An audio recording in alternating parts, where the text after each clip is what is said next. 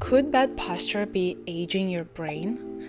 From crushing your nerves to disrupting your hormone balance, bad posture could be doing so much more damage than we've ever realized. Posture is one of those things we don't really think about until something hurts, like our neck, our back, or maybe even our head.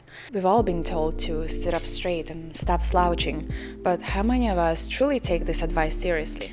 Well, you're about to. In this video, I'd like to share some shocking discoveries about posture, why posture matters so much, and most importantly, what you can do to improve it and transform your health. Let's dive in. What is posture? Posture is simply the way you hold your body. It's the alignment of your head, your spine, and your limbs, whether you're sitting, standing, or moving. Ideally, your spine follows a gentle S shape, with 3 natural curves in your neck, your upper back, and your lower back. This curvature is designed to evenly distribute your body's weight, absorb shock, and keep your body stable. When your posture is good, these curves are in alignment and everything runs smoothly. But when your posture is off, those natural curves get thrown out of alignment, and that's when the problems begin. Did you know that your head weighs as much as a bowling ball? A recently published study shows that when you're standing or sitting straight, your head weighs about 10 to 12 pounds on average. When properly aligned, your neck can handle it no problem. But tilt your head forward even just 15 degrees and the strain on your neck doubles to 27 pounds. At 60 degrees, which is the common position when looking at a phone, it feels like a staggering 60 pounds. And all that is balanced on just 7 vertebrae in your neck. This places enormous stress on your muscles, ligaments, and connective tissues in your neck and upper back. Just imagine the toll this takes over time. This forward head posture is so common nowadays that it even has its own name: tech neck. And it is the worst offender out of all of them, as you will see. So what exactly happens when posture is misaligned? Let's start with the most obvious: spinal misalignment. The more time you spend in a hunched over curved spinal position, the more your body adopts this state. When the natural S-curve of the spine is disrupted, your muscles, tendons, and ligaments must compensate to maintain balance. Over time, this leads to some muscles, like those in the chest, becoming tight and overworked, while opposing muscles weaken and overstretch. The spinal misalignment, combined with uneven weight distribution, heightens the risk of herniated discs and faster wear and tear on your joints and cartilage. As your body continues to compensate, it becomes increasingly accustomed to the misaligned position. Over time, correcting a deviated posture becomes almost impossible. Think of older individuals with severe hunchbacks to the point where they can barely walk. This doesn't happen overnight. It's the result of prolonged neglect over proper posture. Nerve compression. Your nervous system is like the wiring in your body, sending signals between your brain and every muscle, organ, and tissue. But when your posture is poor, that wiring gets interrupted, leading to conditions like sciatica, carpal tunnel syndrome, or just numbness that radiates towards your arms and your hands. Posture influences the alignment of your cervical spine, which contains nerves and blood vessels supplying the brain. Poor alignment can compress or irritate the structure, disrupting the efficient transmission of neural signals. Over time, this can affect our coordination, reflexes, and overall motor function. It can affect communication between hippocampus, prefrontal cortex, and other areas involved in memory formation and decision-making, weakening the brain's ability to store new information and think critically. Circulation issues. Compression in the cervical spine not only pinches off our nerves, it can compress the blood vessels in your neck, reducing blood flow to the brain. Reduced blood flow means less oxygen and fewer nutrients reaching your brain, which can lead to brain fog, fatigue, and headaches in the short term, and neurodegenerative diseases like Alzheimer's over time. Sitting in a poor posture, like crossing your legs or hunching forward, can restrict blood flow to the lower extremities, increasing the risk of varicose veins, swelling, and blood clots forming in the legs. But blood is not the only fluid flow that is affected by poor posture. Our lymphatic system clears waste products from the brain during sleep. This system relies on proper cerebrospinal fluid flow. Misalignment in the neck or spine can compress the pathways that allow this fluid to circulate, impairing your brain's ability to detoxify itself. Think of it like a dishwasher cycle. Cerebrospinal fluid flows rhythmically through the spaces within our brain, washing over brain tissue and clearing out metabolic waste, toxins, and other debris. Misalignment in the neck can pinch off the drain, leaving this neurotoxic debris behind, impairing the clearing process and negatively impacting memory consolidation during sleep. Over time, this can contribute to cognitive decline and memory problems. Impaired lung function. Slouching collapses collapses our rib cage, compressing the lungs and reducing oxygen intake. Over time, this shallow breathing can weaken our diaphragm, the primary muscle responsible for breathing. This shallow breathing doesn't just leave you feeling tired, it impacts your brain's ability to focus, your muscles' ability to perform, and your body's ability to recover. This creates a vicious cycle.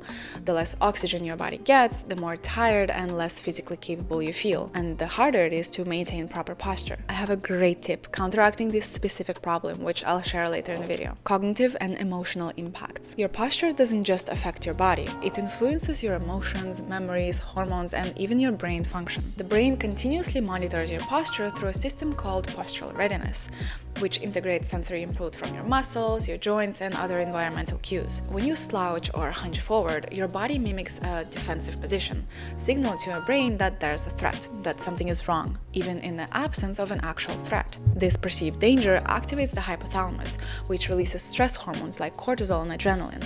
These hormones then increase muscle tension, particularly in the neck and the shoulders, creating sort of a feedback loop that reinforces brain's perception of stress. Over time, this cycle can lead to chronic tension, heightened stress levels, and reduced cognitive performance. Fortunately, the relationship between posture and mindset works both ways, so improving posture can interrupt this loop, signaling safety to the brain, reducing the stress hormone production, and relaxing tense muscles. Not only that, research shows that upright posture also boosts our testosterone levels, which are associated with confidence, mood, and energy. Posture even influences memory recall through a concept of state-dependent memory. Studies have shown that upright posture helps you access positive memories more efficiently, while slouching primes your brain to focus on negative recall, perpetuating low energy and poor mood. Upright posture also enhances our attention and learning. A study conducted by Neuroregulation found that students who sat upright rated a math test as significantly less stressful and performed much better compared to students who slouched, highlighting the direct impact that posture has on cognitive performance. So now that you're aware of the dangers of neglecting your posture,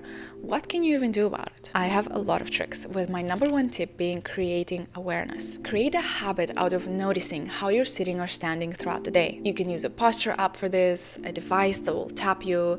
You can have your partner or a friend be dedicated to noticing if you're slouching. You can create visual cues for yourself, such as placing sticky notes on your monitor that can prompt you to sit up straight throughout the day. You can also try to use a habit stacking technique, like say every time I get into my office chair, I roll back my shoulders or something like that. Creating a habit out of noticing your posture is the key step here. 2. Identify areas in your day where you're most prone to slouching and create systems to counteract it. Sitting is a big one for a lot of people, whether it's at a desk or when eating at a table, commuting, or sitting in waiting rooms. We tend to slouch a lot, especially when coupled with devices in our lap. For example, a problem area for me is when I'm cooking. Standard countertop height is just way too low for me, so I end up hanging my head a lot to see what I'm doing. And I notice a lot of tension in my neck after I cook. So a system for me is adopting a wide-legged stance so that the height of the countertop is comfortable.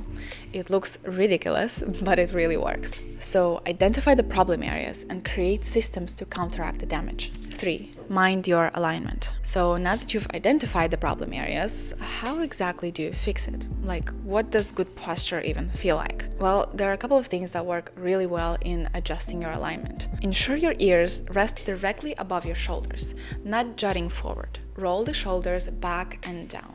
Imagine that there's a plate on your chest. Now direct this plate outward and up towards the sky. And the last tip to pull this all together, and I really like this one a lot, is imagine you have a string through your spine coming out from your crown. Pull on that string to elongate yourself out of your lower back, so almost like you're becoming a little taller by pulling on the string. And like I promised, here's a great hack for improving your breathing. I find this very helpful. So when you take a deep breath, notice how your ribcage expands. Typically, it collapses again when you breathe out. But try breathing out, but keeping your ribcage the same position. So take a deep breath, breathe out, but keep your ribcage exactly the same. That way your lungs can expand much more and you're training your diaphragm to work more optimally. Also, keep in mind that bad posture can start from the feet. Misaligned feet create a ripple effect up your whole body, causing compensations all the way up to your neck. For example, if your arches collapse inward, your ankles roll inward, and this can misalign the knees, in turn tilting the pelvis and affecting the curvature of your spine, leading to poor posture. If you suspect that this is a problem for you, I would highly recommend practices like like barefoot walking or strengthening your foot muscles. You can find plenty of videos on that online. And just being mindful of how you step when you walk. 4. Set up your workspace. There's a lot that goes into creating the best ergonomics in your workspace, but I would just boil it down to what I think is the most important tip. Have your computer at your eye level. This is huge, believe me. I actually had a mini injury recently from this very misalignment. So I tend to work a lot at the breakfast bar on the kitchen counter. Our bar chairs are just a little too tall for it, so having to look down to my laptop created this really exaggerated forward head posture. And I used to sit like this for hours. Eventually, I got a really bad pinched nerve and crazy tension all over my neck and upper back, and it didn't go away for weeks until I got a simple intervention. I got a computer stand that just raised my laptop a few inches, and it made a world of difference.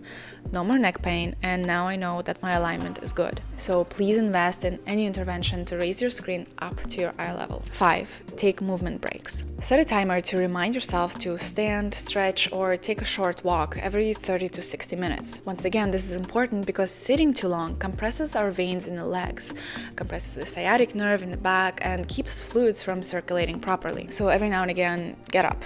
Walk around your space, shake out your legs, maybe do some stretches. Some stretches can even be done in your chair more often, like every 15 to 20 minutes. Some of my favorites are rolling out your shoulder blades, like so. You can do this a few times. You can do some spinal twists with the help of your chair.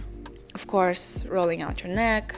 And if you notice that you're feeling a little bit stressed, just releasing some tension in your muscles by squeezing your shoulders and neck a few times.